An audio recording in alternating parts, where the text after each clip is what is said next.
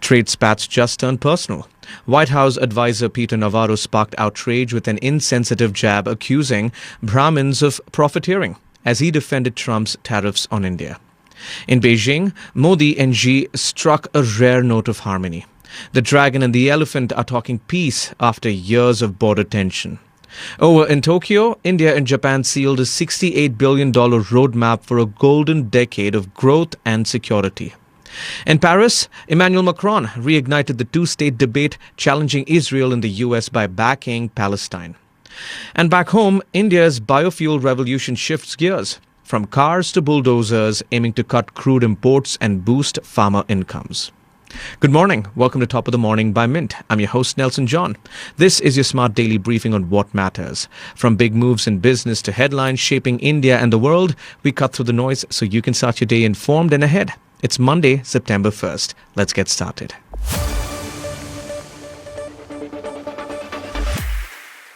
White House trade advisor Peter Navarro has taken his criticism of India to a whole new level, with remarks many see as not just sharp, but insensitive.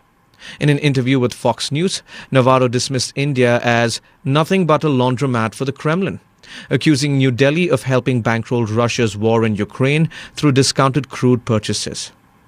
But it was his choice of words beyond trade that struck a raw nerve. So I would just simply say to the Indian people, please understand what's going on here. You got Brahmins profiteering at the expense of the Indian people. We need that to stop. Calling India the Maharaja of tariffs, Navarro went further, suggesting that Brahmins are profiteering at the expense of Indian people. The cultural swipe, linking caste to profiteering, has raised eyebrows, adding a personal and provocative edge to what was otherwise a debate over tariffs and oil. Navarro argued that Russian crude refined in India is sold abroad at a premium, killing Ukrainians, while American taxpayers fund Kyiv's defense. He has previously labeled India an oil money laundromat and even described the Ukraine war as Modi's war. India, however, has rejected such accusations, stressing its energy choices are driven by national security needs. Officials point out that Washington itself once encouraged India to import crude from Russia to stabilize global markets, while the US and Europe still maintain trade ties with Moscow. Navarro's latest remarks show how a trade dispute has spilled into something more complex, where rhetoric crosses into cultural insensitivity, risking fresh frictions in an already delicate US-India relationship. Prime Minister Narendra Modi and Chinese President Xi Jinping held a rare one-on-one meet on Sunday on the sidelines of the Shanghai Cooperation Council summit in Beijing. This was Modi's first visit to China in 7 years, and the tone from both sides was conciliatory after years of frosty relations driven by tensions along the LOC. In his opening remarks, Modi said the welfare of crores of people depend on stronger India-China cooperation. He stressed that peace and stability along the border following last year's disengagement had created space for rebuilding trust. Xi echoed the sentiment, declaring it was vital for the elephant and the dragon to walk together in a world undergoing rapid transformation. The Ministry of External Affairs said the two leaders reaffirmed that India and China are development partners and not rivals, and agreed differences must not be allowed to become disputes. Modi announced the resumption of direct flights, and the Kailash Manasarovar Yatra paused for 5 years due to the pandemic.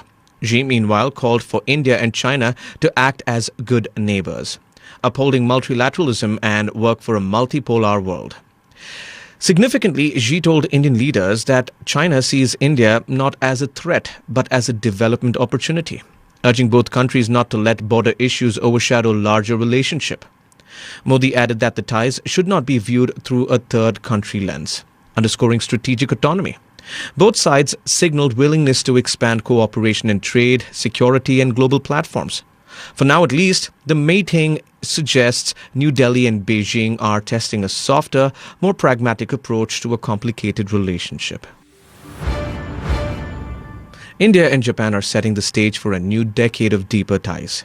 Prime Minister Narendra Modi and his Japanese counterpart Shigeru Ishiba met in Tokyo on Friday, unveiling a 10-year joint vision that puts security, clean energy, technology and economic growth at the heart of their partnership.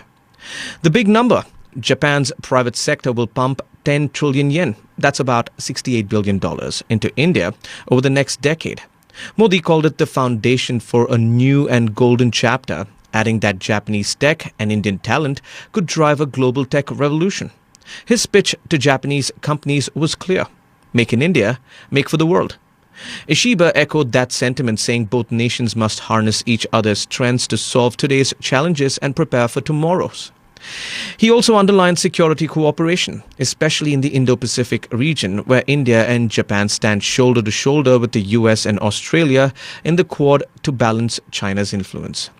Both leaders hailed the relationship as one rooted in trust and shared values: democracy, freedom, and the rule of law. Or as Modi put it, the India-Japan partnership isn't just strategic, it's smart, turning shared interests into shared prosperity. French President Emmanuel Macron has lit a fresh fire under the Middle East debate. In a blunt letter to Israeli Prime Minister Benjamin Netanyahu, Macron said, "Lasting peace for Israel's security depends on Palestinians having their own state." That stance has riled both Israel and Washington. Netanyahu accused Macron of fueling anti-Semitism, a charge Macron called abject. The US ambassador to France warned that recognizing Palestine would embolden extremism and endanger Jewish communities. But Macron isn't backing down. He says Gaza's humanitarian collapse, over 63,000 dead since October, mass displacement, famine, makes recognition urgent. France, joined by the UK, Canada, Australia and Malta, plans to formalize the recognition at the UN General Assembly this September. Others, like New Zealand and Finland, are weighing the move. Analysts say symbols matter. More than 140 nations already recognize Palestine, but heavyweight Western support puts Netanyahu on the defensive. As Gaza lies in ruins, Macron argues Israel risks isolation by pressing on with its offensive. Here's the thing: this isn't just symbolism. Experts believe it could strengthen moderates in the Palestinian Authority, offering a real diplomatic track that sidelines Hamas. The Arab League, too, for the first time condemned Hamas's attacks under a France-Saudi push. It's a race against time, diplomacy trying to keep alive a two-state vision, while the war on the ground makes that vision harder to see. India is gearing up for its next big biofuel experiment. Not with cars, but with diesel-hungry construction equipment. Think bulldozers, cranes and heavy carriers that guzzle nearly 3 to 4% of the country's annual diesel use. Government ministries have begun consultations to mandate blending biofuels into diesel for this sector, making it the first test bed before a wider rollout. The logic is simple. India burns more than twice as much diesel as petrol. So targeting high-consumption machines could slash crude oil imports, which hit $137 billion last year. Road Transport Minister Nitin Gadkari has long pushed for this, calling the sector's 400 crore litre diesel use a huge opportunity. Companies like JCB India are on board too. CEO Deepak Shetty says the industry welcomes the initiative, adding it matches India's push for net zero and farmers' income, since biofuel comes from agricultural waste. Of course, biofuels aren't controversy-free. Drivers have complained about mileage dips with petrol blended with ethanol. But auto bodies insist concerns are overblown, pointing to big forex savings. Rupees 1.44 lakh crores since India began blending ethanol into petrol. Now here's the thing. Construction giants may still explore batteries or hydrogen, but for heavy machines, diesel isn't going anywhere anytime soon. Blending biofuels may be India's fastest lever to cut imports, emissions, and give farmers a payday. That's all for today. Thank you for joining in. We are eagerly looking forward to our next Top of the Morning episode, which will be packed with the latest news.